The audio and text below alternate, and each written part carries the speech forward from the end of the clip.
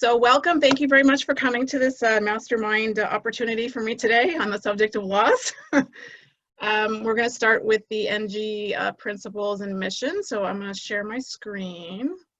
The purpose of the mastermind is to learn leadership, build teams, and create multiple sources of income together.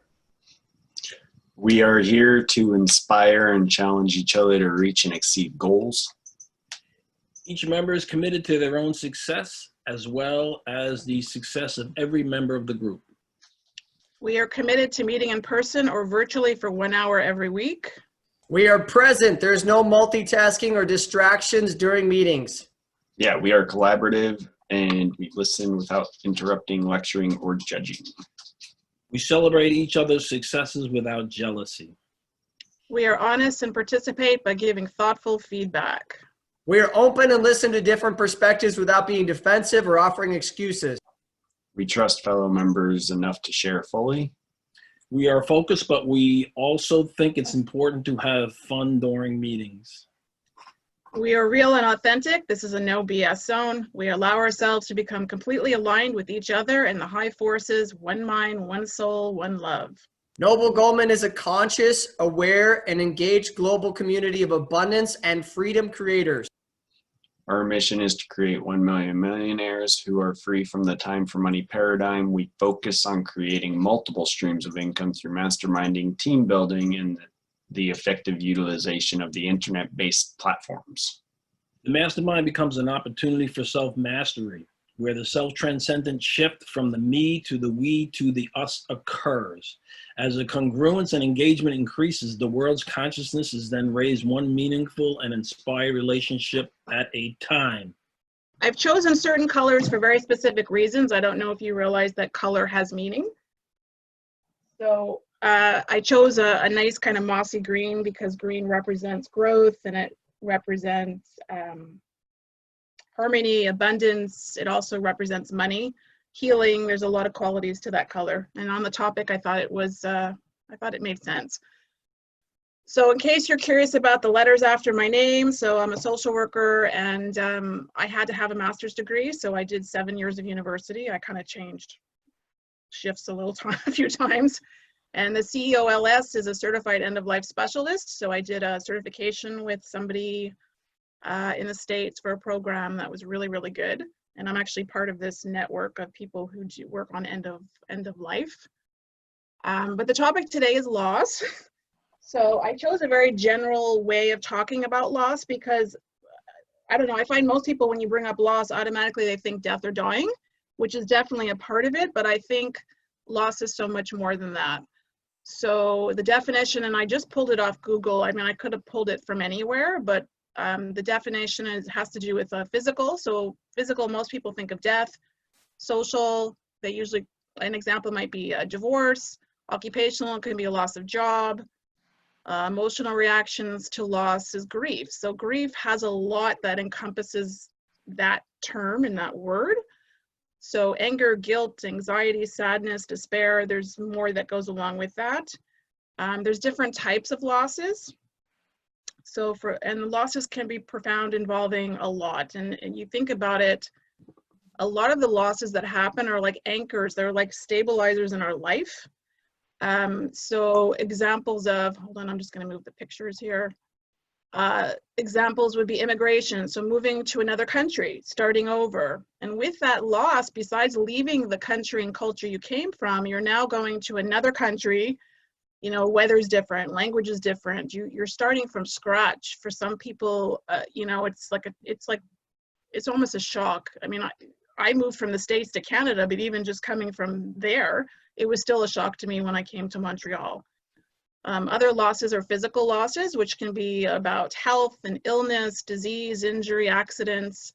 There's also relationship losses. And when I say relationship, I don't just mean a spouse or a partner, but sometimes, you know, relationships fall apart, even as parents. You know, you don't get along with your parents, your grandparents, or even one of your own children. Sometimes there's issues, or a friend, a colleague, extended family. So that's kind of where relationship is. There's psychological losses, there's loss of freedom, and then there's losses resulting really related to significant trauma. We'll talk a little bit more about that. a little bit further in. Hold on. Okay, so one person, have any of you heard of Elizabeth Kubler-Ross? No. No? Nope. No one? Not me. Okay, so Elizabeth Kubler-Ross is like huge in the death, dying, grief, and loss area. She's from, I think she was from Sweden originally. Fantastic woman. Like, she's a huge mentor of mine. She's passed away. She actually died from cancer. But she was instrumental in, I'm actually going to read, I have one of her books that's called The Wheel of Life, and it's a memoir on living and dying. But I just want to read a little bit about her, because I think she's an amazing woman. So it says that she was a world-renowned medical doctor. She was a psychiatrist. She was also a thanatologist. She was known for her work with children and AIDS patients, so that was a huge area she worked in.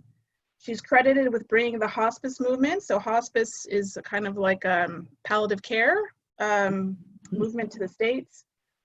Her work has been translated into 20 languages. Now, to me, that's amazing. So examples are Chinese, Danish, Dutch, Finnish, French, German, Greek, Hebrew, Hungarian, Italian, you keep going, Spanish, English. She ended up in the States, and she used to live in Arizona, actually. She was a fascinating woman. That's the only way I know how to describe her. Sounds fascinating. I love those quotes. Yeah, so these quotes I took from her book. So this is one of her books, which I really, really enjoy. It's got a lot of different stories in it. Kevin, do you want to read the first quote? Sure. Perfect. From Elizabeth's book, The Wheel of Life, a memoir of living and dying. The only thing I know that truly heals people is unconditional love. I agree with that. Do you agree with that? Oh my gosh, yes, absolutely. Okay. And it's very hard to find in human beings today. But I mean, you know, pets give us unconditional love. It's true, but I think a lot of people are working on it. They might see. You got to remember, people show love in different ways. So when I use that term love, not everybody shows it like outwardly, physically, or talking. Some people show it by doing things. Mm-hmm. So I guess it depends on how you define love, and it also depends on your upbringing. So I think your upbringing matters a lot with how you demonstrate love. Yep. Matthew, you want to take the next quote? Sure. Everyone goes through hardships in life. The more you go through, the more you learn and grow. And I agree. Yeah, it's true. Very true. I'm sure Kevin and David, you agree as well. Absolutely. Yeah. We're all about learning and growing. I mean, it's whether we realize it or not, we're doing it every day. True. David, you want to take the last one? Yeah, this one really is a pretty awesome quote. It says, our only purpose in life is growth. There are no accidents. So everything that is happening in life is here to help us grow. Yes. So Elizabeth Kubler-Ross is known mostly for the 5 stages of grief.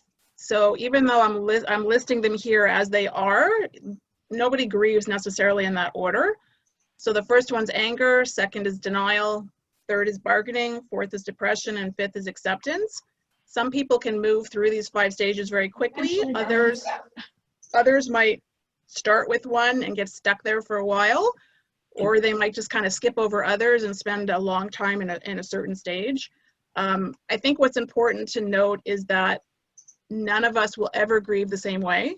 Mm-hmm. Every loss, we could all be affected by the same exact loss, whether it's loss of a pet example, and the way we all react to it's going to be totally different. And for some, and I'll give an example, one of my very good friends from work who I have not seen in 6 months because I've been on sick leave, and then with everything going on here, she won't leave her house, so she doesn't go out very much. She lost her pet that she had, this cute little dog. You remember if you watched Frasier, you know, the dog that was on Frasier? Uh-huh. Yeah. So she had, I don't know what kind of dog that is, I forget the name of that dog, but Jack Russell. Thank you, Jack Russell, I think Terrier or whatever it's called. Yeah. And when her dog died, she was devastated, and she did everything with that dog. Like he was so cute. And 2 years later, she's still kind of working through it because for her, it was a family member. Wow. And I can tell you, I've worked with seniors for 20 years, and one of my clients had this cute little schnauzer. So whenever I would go and I would do a home visit, of course, pets like me and kids kind of like me also, which is good. But the dog would always come right up to me. And I remember when the dog was getting sick and all the money he was investing to take it to the vet because he wanted the dog to live. Like for him, it was a family member, you know, like his grown daughter was in Florida and, you know, he had a few friends around here, but it's hard for seniors. So when his dog passed away, it was very devastating for him. And it took a long time for him to get through that. Wow. So I think it's important to note that everybody, for whatever relationship or whatever the loss is, it's going to take time to get through. You know, Vicki, on the 5 stages, I mean, I recognize anger, denial, depression, and acceptance. Define that bargaining one there. What does that really entail? I mean, I'm not sure if I understand what that means. So bargaining is when you say, like, imagine, and I'm just putting this as an example, a good friend of yours or a family member's in the hospital not doing well. So bargaining is kind of when you're having that conversation, whether you call it God, universe, somebody else, and you're saying, please let this person live, and in exchange, I will do X, Y, and Z. Okay, all right. You're kind of bargaining, you're kind of prayer, meditation, whatever the words you want to use. It's like you're saying, if you help this person live or whatever, then I, in exchange, will do this. Exactly. Okay, So cool. that's bargaining. Great explanation. Thank Okay. you. Or stop doing something. Yeah, so some people might say, you know what, I've been smoking for years, and you know what, if you're going to let my dog live and get through this, I'm going to quit. I'm going to quit smoking cold turkey. I think a lot of people do that in their prayer when they're in desperation and stuff like that, you know. They do. I mean, you think about it, again, I don't want to just focus on death, but it could be yourself going through a health issue, or you just lost your job, or you were laid off, or whatever. So you might do that bargaining thing, saying, hey, if you help me, you know, find something else, I'm gonna give up something, or I'm gonna whatever extra money I earn, I'm gonna give to charity. So it's whatever wording you choose to use for bargaining. Hey, I want to share a story really quick on bargaining. So in the book, The Power of Your Subconscious Mind, Dr. Joseph Murphy says that our subconscious mind can't take jokes. And he says it's very important that you word things in a way that doesn't create some kind of crazy circumstances in your life. And this guy, his daughter had some really bad form of arthritis or something like that. And he said one time, I'd give my right arm, you know, for her to be healed from arthritis. And then sure enough, he was in a car accident and his right arm was ripped off. And as soon as he lost his right arm, his daughter was miraculously healed from that disease, because the subconscious mind has that kind of power within it.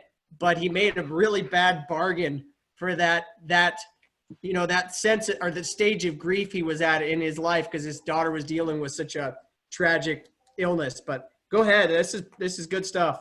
Yeah. I think a lot of us will do that. A lot of us will say things. I mean, I think it's normal, especially as a parent. I mean, we're all parents here. So I think, you know, if it was a choice between me or my kid, I want my kid to live, because they're younger and they still have a whole life ahead of them. I think that's normal, to be honest. Any other questions on the 5 stages, or any other comments? No. Awesome. No? Good Okay. stuff. Good stuff. Thank you.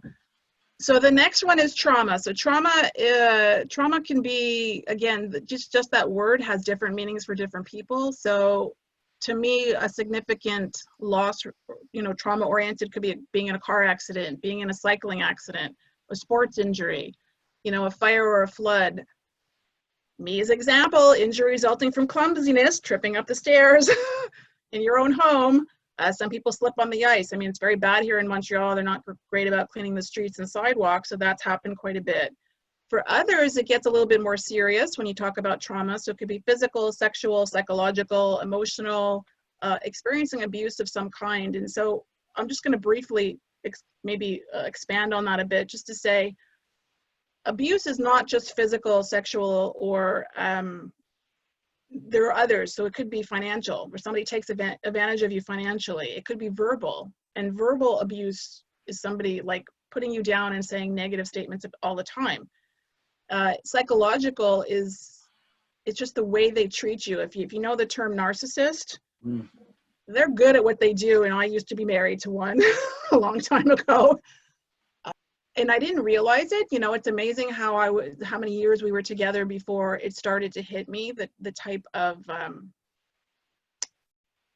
abuse, verbal, emotional, psychological, whatever you want to put it as, and it's so subtle.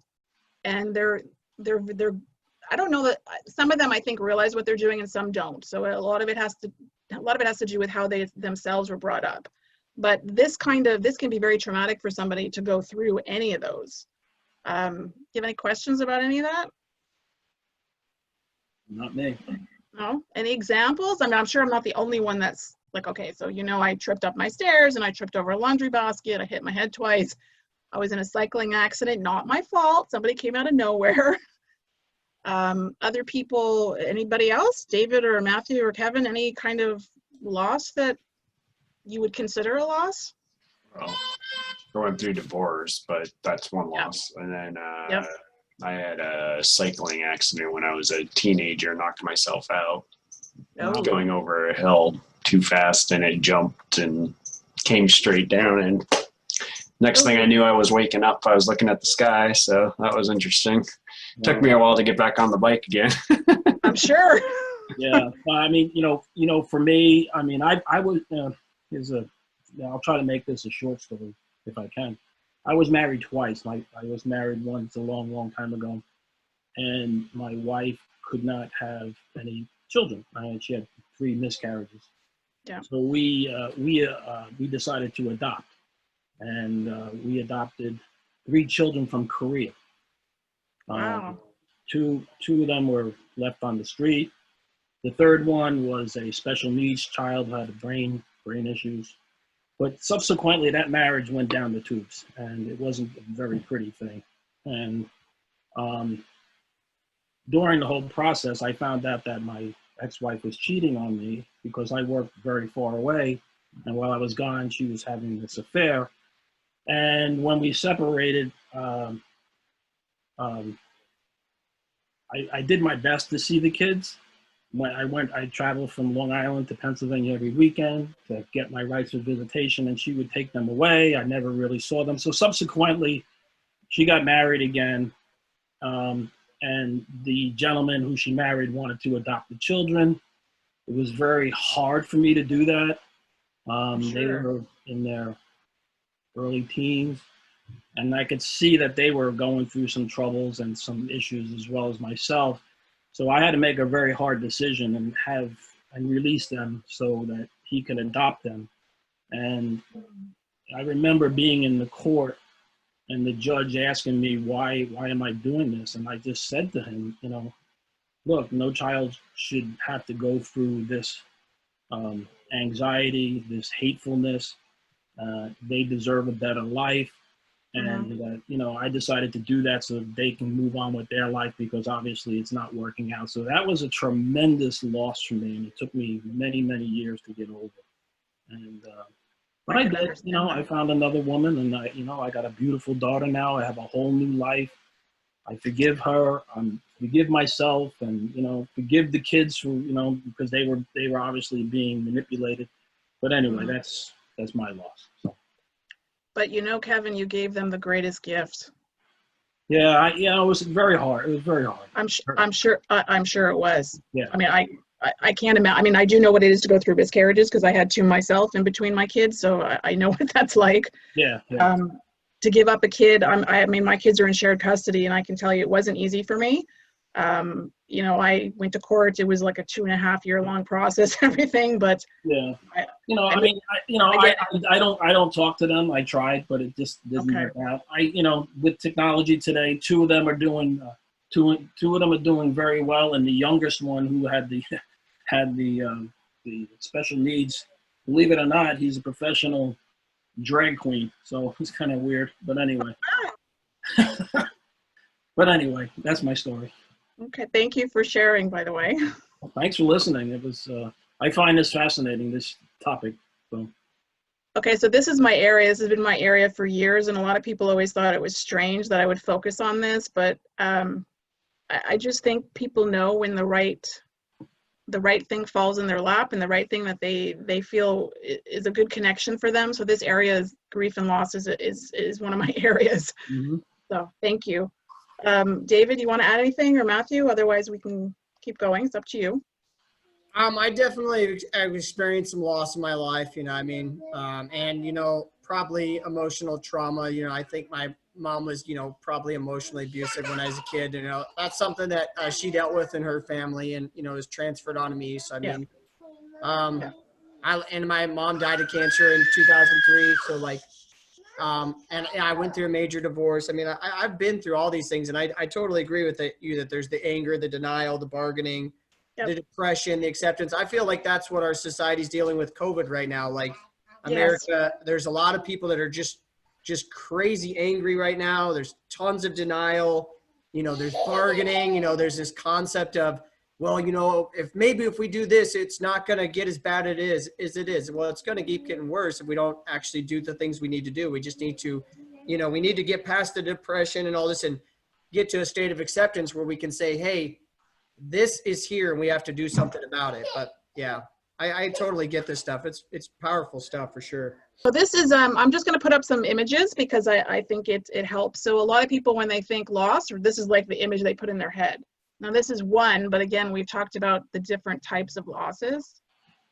This is one I like because it covers so much and it puts a lot of words in there, which I think is important. So it talks about remorse and sorrow, mourning, separation, gloom, bereavement, suffering, like divorce. It brings up a lot of different words, which I think is good. And then I came across some quotes, which I thought were important. So David, do you want to read that one? Mostly it is loss, which teaches us about the worth of things. Arthur Schopenhauer. I agree with that. Okay. And the next one, so Matthew, if you want to read this one. Those we love don't go away. They walk beside us every day, unseen, unheard, but always near. Still loved, still missed, and very dear. Yeah. I love that one. This one, obviously, it has a little bit more to do with pets. So Kevin, you want to read that one? Sure. The joy they give us is beyond words, as is the pain we feel when they leave us. To lose a true friend is never easy. They leave a paw print on our hearts forever. That's for sure. Yeah. So I grew up with lots of pets, so I've dealt with a lot of pet loss. So I know. This one is just an image. This is probably how all of us feel, depending on the loss. We all have these moments. I mean, nobody can say that they don't ever feel this way, I don't think. This one, so I like this one because I like the stars, and anyway, kind of it just resonates with me. So it's perhaps they are not stars in the sky, but rather openings where our loved ones shine down to let us know they are happy. So I think it's just a nice way to think of stars. And then we have this one. So back to David. Are never mourn the loss of innocence because it is always brings the much greater gain of wisdom. Erica Goros. And this one I chose because I'm still a Peter Pan fan, so I like this one. So Matthew, you get this one. Come with me where dreams are born and time is never planned. Peter Pan. Okay, and then Kevin, you want to take that one? Don't lose hope. You never know what tomorrow will bring. Absolutely. Yeah. And this one is to talk about ways to move through grief. So again, I chose the green for a reason. We talked about the color in the beginning. So different ways that people can get through grief. I know I've used it for myself. Unfortunately, because I've worked with seniors for 20 years, I've dealt with a lot of death, both of clients. I've had colleagues that have passed away, family members, extended family members, ex-husbands. I mean, I literally had, so in Judaism, we have a Shiva, which is a 3 to 7 day like mourning period for the immediate family. So his grandmother died. We were literally just coming up from Shiva, and my brother-in-law's father died. Ugh. So we called the funeral home and we said, okay, you don't need to pick anything up. Like, we're starting another Shiva. And they thought I was kidding. And I'm like, no, I'm not kidding. So we had 2 weeks of Shivas back to back. But that's what you do. So his parents lived in a very small apartment, and, my father-in-law at that time had a big house. So, we did the Shivas there. But so exercise. So whatever you do for exercise, for me, it's walking. For some people, it's playing sports. It can be hiking, kayaking. It can be working out, strength training, reading. A lot of people turn to books, which I think is great. I also think creative outlets are a great way to work through any kind of loss. So writing, journaling, you know, for me, it's painting. Some people do pottery, stained glass, which I would love to try, sketching, gardening. A lot of people do gardening, and they create these wonderful like gardens that are beautiful to look at, but it's also nurturing, and it's like working with the earth, and it's a way to kind of memorialize somebody. I know people who are very into coding and IT stuff, which I don't know anything about. Matthew would know a little bit, but probably about that, where it works for them. For others, it's designing or creation. For some people, it's creating a wellness kit, which I think is important. So for me, it would be like essential oils in a diffuser. People use lotions because the scent can be calming and help with stress or anxiety. Going for a massage if you like that. Food, I think, can also be a good way, whether you're cooking or just eating certain foods. Time with friends and family. Visualization for sure is a great way to work through grief. Music, whether you're playing it or listening to it. A grief workbook, I think, is fantastic, or a workbook or a journal that you can use on loss. A gratitude journal, I think always expressing gratitude for what you have can help you get through those hard times. There are adult color by numbers kind of books, workbooks. You know, some people go for therapy, counseling, grief or loss coach.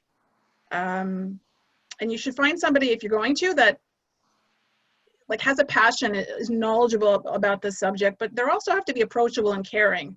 I don't want to go to somebody who's just, you know, like is so like remote and removed from it that they don't express anything. It's like talking to a wall. You know, I want somebody that's going to interact. So I think anybody who's going through grief should choose that. Just by adding in like focusing on this might go with visualization, but focusing on like the next step goals of some kind, what you're going to do now that you're going through this loss. Like, what else do you want in this life? No, that's good. Thank you. Anything else for Kevin or Dave? Well, you know, when I went through my ordeal that I just expressed, I actually just buried myself in my job. Yeah. And for like the first year and a half, I was just so focused on my job. I actually got like 3 raises and a promotion during that. So, I mean, I just, you know, just went all in, you know, just to keep myself busy. So a lot of people do that because it's a way of avoiding the feelings. Mm-hmm. So it's not a bad thing. Some people need to do it because they just can't deal with the feelings at that time, and it's going to come up. It's going to come up though. But yeah, that's true. And that is true that a lot of people do that. So I'm just going to show some images. So this is something we all talk about in our other masterminds. So I like this image. Just, you know, love, I think, is really important. And then there's this. So make your life a masterpiece. Imagine no limitations on what you can be, have, or do. And then kind of this happy one at the end. A little progress each day adds up to big results. This isn't a dress rehearsal. Do what makes you happy. And what feels like the end is often the beginning. Awesome. So I think I like those. I don't know if you guys agree. Absolutely. Yeah, no, totally. Okay, good. So I think we only have about 4 minutes left. So I did have a video, but I don't know that we have time for me to show it. So I don't know if there's anything else you want to add or anything you want to ask, or. No, this was really helpful and very useful. Yeah? Yeah, no, this was awesome. Thank you. I appreciate that. I was trying to keep it general because I'm doing a separate one on grief, because grief is a total other area. And also I want to make it where people can relate, because not everybody's experienced death or dying, which is, you know, at some point we're all going to, but like all the other things loss is, I think it's really important, because especially now with COVID, I mean, look, I got laid off from my job. I got ill. I had fraud on my account. I had like a lot happen. Frauds on my account. I ended a 5-year relationship. So I had a lot happen at once, but I think what's important is the strength. Like we all have that inner strength to get through it.